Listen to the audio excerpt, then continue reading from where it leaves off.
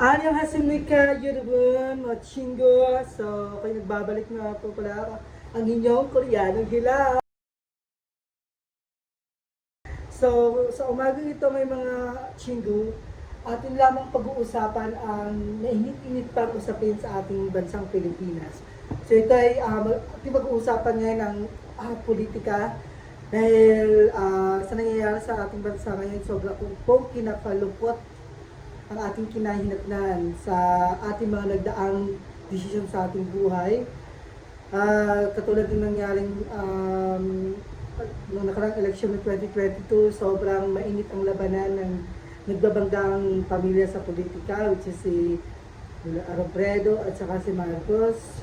At masasabi ko lamang mga kakuryanong hilaw ko na ako'y nagkamali sa aking desisyon ng nakarang eleksyon. So ngayon, maging matalino tayo sa darating na eleksyon. So ating pag-uusapan kung ano nga ba ang mga magagandang katangian na dapat natin ihalal sa pwesto bilang mga Pilipino, sapagkat ay mga tumatakbong mga politician, kumbaga ang goal ng mga yan is talagang mag-serve sa Pilipinas. So bilang tayo ang kanilang pagsisilbihan, sila ay nag-a-apply sa atin ng trabaho na ipagkakatiwala natin sa kanilang ating mga kaperahan, kaban ng bayan. So, kailangan natin maging mapanaliksik sa ating pagpili. So, ngayon, ang ating katanungan sa umagang ito ay iikot lamang sa ating pagboto.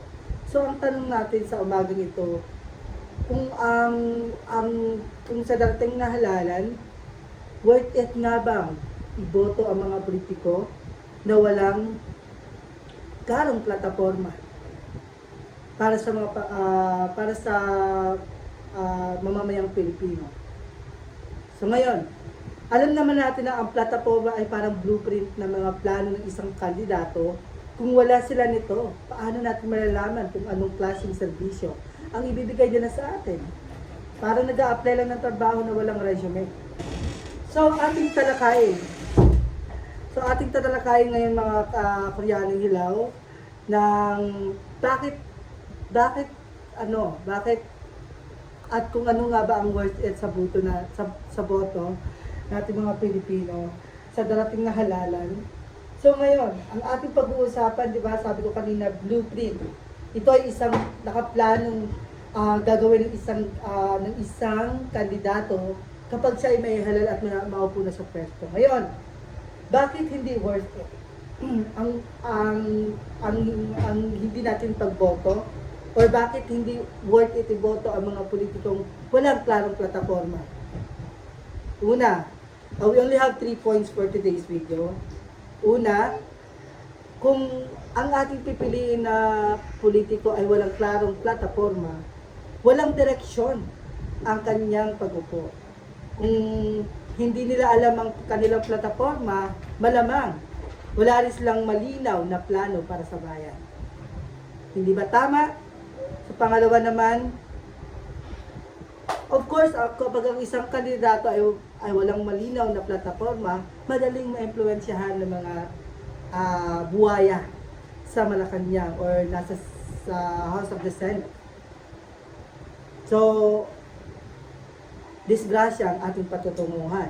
So, kapag ang politiko ay madaling ma-impluwensyahan, at wala siyang paninindigan, mas madali silang mapaikot sa mga taong nasa kapangyarihan, lalo na nasa mataas na kapangyarihan ng presidente. Tiyak, disgrasya ang mga Pilipino. Pangatlo, of course, kapag walang malinaw na plataforma ang isang politiko, walang accountability. Dahil tayo mga Pilipino, mahilig tayo mag-throwback eh. So, pag sinabing throwback, halimbawa, tumatakbo ang mga politiko ngayon, of course, ang ating titingnan yung mga plataforma nila, yung mga gagawin nila kapag sila naupo. Ngayon, kapag sila tumakbo at walang ganong na ipangako, wala tayong babalikan na, kumbaga, let's say, for example, nangako itong politiko na to na mumura lahat ng bilihin. So, ngayon kapag naupo siya, babalikan natin yun. Kasi, pangako niya yun eh. So, kapag ang politiko walang pinangakong ganon, at kung ano man ang mangyari sa atin sa kinakaharap, wala tayong babalikan kasi ang binoto natin hindi naman nangako. So, ayun. Mapapatanong ka na lang talaga kung talagang worth it nga bang iboto ang mga politiko na walang mga plataforma. Ito personal na reaction ko lamang mga kakaryanong hilaw ko na. Katulad ng mga tumatakbong si Willie Revilla, wala siyang malinaw na plataforma. Maayos ba naman yung sasabihin sa isang interview na kapag gusto nating manood ng sine, di ba, artista ang ating panonoodin, kapag gusto nating ma-entertain singer.